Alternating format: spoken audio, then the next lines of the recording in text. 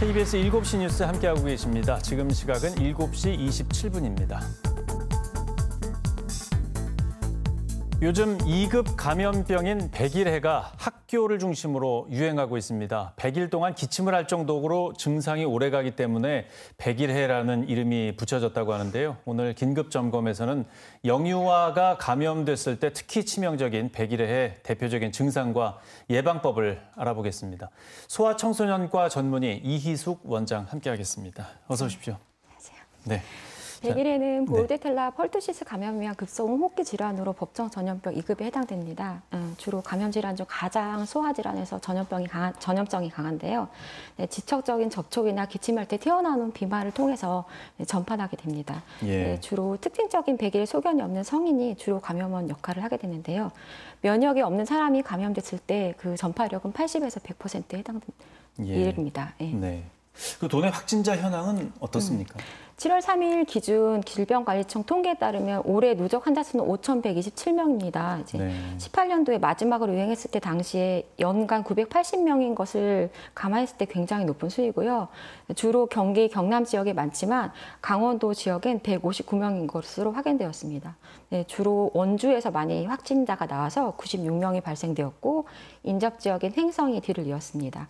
속초, 고성에서도 확진자가 나왔고 춘천에서는 6명의 확진자가 발생한 것으로 확인되었습니다. 원주에서 한 두세 곳 학교에서 좀 퍼지다가 이제 다른 지역까지 좀 나가고 있는데 감염되면 주로 어떤 증상이 나타납니까? 일반적으로 7일에서 10일 정도의 잠복기를 거치는데요. 최장 21일까지 잠복기가 굉장히 길습니다.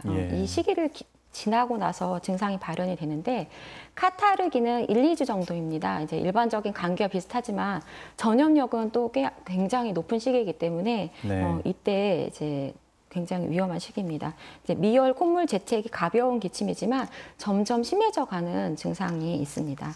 이제 경해기는 4주 이상으로 매우 심한 기침을 하는 시기인데요. 이때는 발작성 기침으로 기침이 너무 심해서 소아나 아기 같은 경우에는 얼굴이 파래지는 청색증이 올 수도 있고 이제 발작적 기침을 하면서 이제 구토를 하기도 합니다.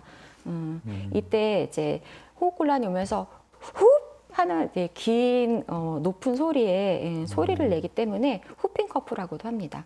기침이 너무 심하면 구토를 하기도 하고 탈진을 일으키기도 합니다. 그리고 늑골이 부러지기도 하고 탈장이 되기도 합니다. 그 밖에 합병증으로는 폐렴, 무기폐, 기관착장증, 두개내 출혈, 경련이 생기기도 하는데요. 어린 영아일수록 합병증의 빈도가 높습니다. 이후 회복기를 거치는데요. 주로 2, 3주 정도로 발작성 기침이 천천히 줄어들면서 증상이 사라지게 됩니다.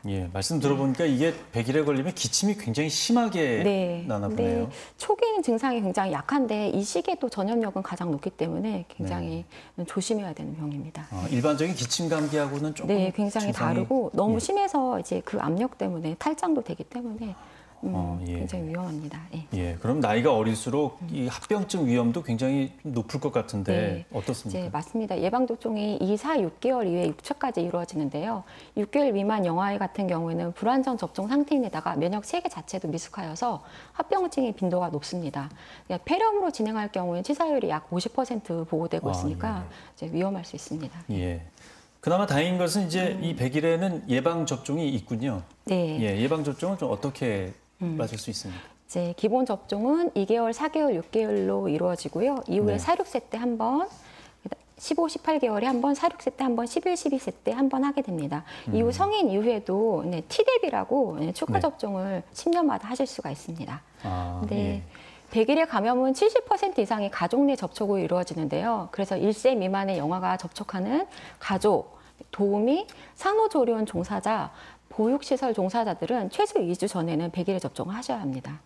그렇군요. 이게 지금 필수 접종으로 되어 있는 필수 거죠? 접종으로 되어 있습니다. 근데 다 맞았는데도 이게 또 이렇게 유행을 하네요. 지금 코로나 시기를 거치면서 이제 거리두기를 했기 때문에 굉장히 좀 발생수가 적어졌었거든요. 예. 네. 근데 이후에 좀 다시 많아진 것 같습니다. 면역력이 떨어지고. 예. 100일에는 주로 뭐 아이들이 지금 감염된다고 많이 알려져 있는데 성인도 충분히 감염될 가능성이 네. 좀 높다고 들었습니다. 청소년 이상의 어른들도 심한 증상을 겪기도 하지만 대부분 증상이 경미해서 무증상인 경우도 많습니다. 네. 이런 사람들이 감염을 인지하지 못하고 고위험군과 접촉하게 되는데 이때 전염시키는 것이 매우 위험합니다. 이제 여기서 고위험군이란 1세 미만의 영아, 면역 네. 저하자, 중등증 이상의 천식 환자가 해당됩니다. 현재 교육시설을 중심으로 집단 발생 중인데요.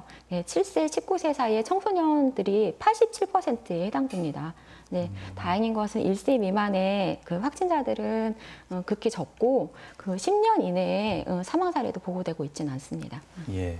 시간이 좀 여유가 있으니까 좀 자세히 여쭤보고 싶은데 네. 혹시 고연령이신 분들도 좀 취약할 것 같은데 네. 이쪽은 어떻습니까? 1990년대 이후에 DTAP가 보급이 되었는데요. 그 네. 이후에 많이 줄어든 상태입니다. 예, 세계적으로 보면은 계속 유행하고 있었는데 네. 이 이전 세대분들은 아무래도 면역이 취약할 수도 있고 예. 10년마다 한 번씩 DTAP, T대비라는 예방 접종을 추가로 하시는 것을 권고드립니다. 이번에 특히 정화를 키우고 있는 조부모님들은 더 잘 하셔야 될 것 같습니다. 이번에 거의 필수 접종이다 네, 생각하시고 한 하시는 번씩 게 좀 맞추셔야 좋으시겠습니다. 할거군요. 네, T대 같은 접종 같은 경우에는 파상풍과 같이 들어있기 때문에 네. 그런 것도 같이 예방할 수가 있어서 좋습니다. 예. 꼭 맞으셔야 되겠습니다. 네. 예. 혹시 그 100일에 감염되거나 뭐 같은 반에 우리 아이와 같은 반에 100일에가 유행하고 있다 이렇게 뭐 접촉을 했다고 생각되는 분들은 어떻게 대응을 해야 됩니까? 네. 일단은 감염이 의심되면 의료기관에 마스크를 쓰고 방문하셔서 의료진과 상의하여서 PCR 검사는 많이들 해보셨을 겁니다. 이제 네. 그걸 하시면 됩니다. 만약 확진되었으면 항생제 복용을 하게 되는데요. 예. 항생제를 복용하고도 5일까지는 격리를 하셔야 됩니다.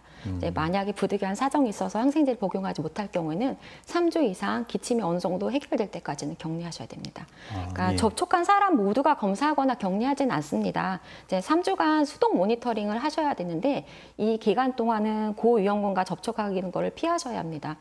이 시기에 상기도 감염 증상이 있으면 그때 PCR 검사를 하시면 됩니다.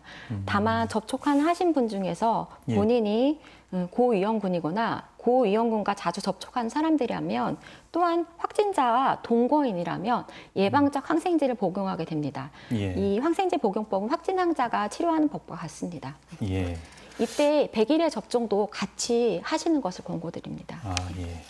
요즘 또 100일에 외에도 뭐 포함해서 여러 가지 전염병이 좀 많이 여름인데도 좀 돌고 있는 것 같습니다. 가정에서는 좀 어떤 증상들을 유의해서 살펴봐야 됩니까? 이제 요즘 많이 유행하는 것들이 마이코플라즈마하고 이제 수족구인데요. 네. 마이코플라즈마는 폐렴으로 잘 진행하는 호흡기 질환입니다. 그러니까 주 증상은 발열과 심하고 오래가는 기침입니다. 이제 초기에는 발열, 두통, 인후통 등을 호소하다가 목이 쉬고 그다음에 기침을 하게 됩니다. 일반적인 감기 증상과 비슷해서 이제 자연 회복하기도 하지만 일부 한 3% 정도는 중증으로 진행하여 폐렴을 유발할 수 있습니다. 예. 이제 겉으로 보이는 증상보다 엑스레이 상에서 또한 청진했을 때 더 심각하기 때문에 요즘같이 유행하는 시기에는 의료기관을 빨리 방문하여서 항생제 치료를 제때 충분 기간 복용하는 것이 중요합니다. 예. 이제 수족구는 말 그대로 손, 발, 입에 수포성 발진이 특징적인 바이러스 질환인데요. 주로 영유아에 많이 걸립니다. 입안 병병이 심하면 잘 먹지를 못하고 탈수되기도 하는데요. 네. 아이들이 이제 의심되는 증상이 있으면 가정 보육을 하시고 이제 네. 보육기관에 등원하는 걸 보류하시는 게 중요합니다. 전염력이 강하기 때문에 네. 다들 같이 힘들어질 수 있거든요. 네. 예. 알겠습니다. 오늘 뭐 자세한 말씀 잘 들었습니다. 고맙습니다. 네. 예방.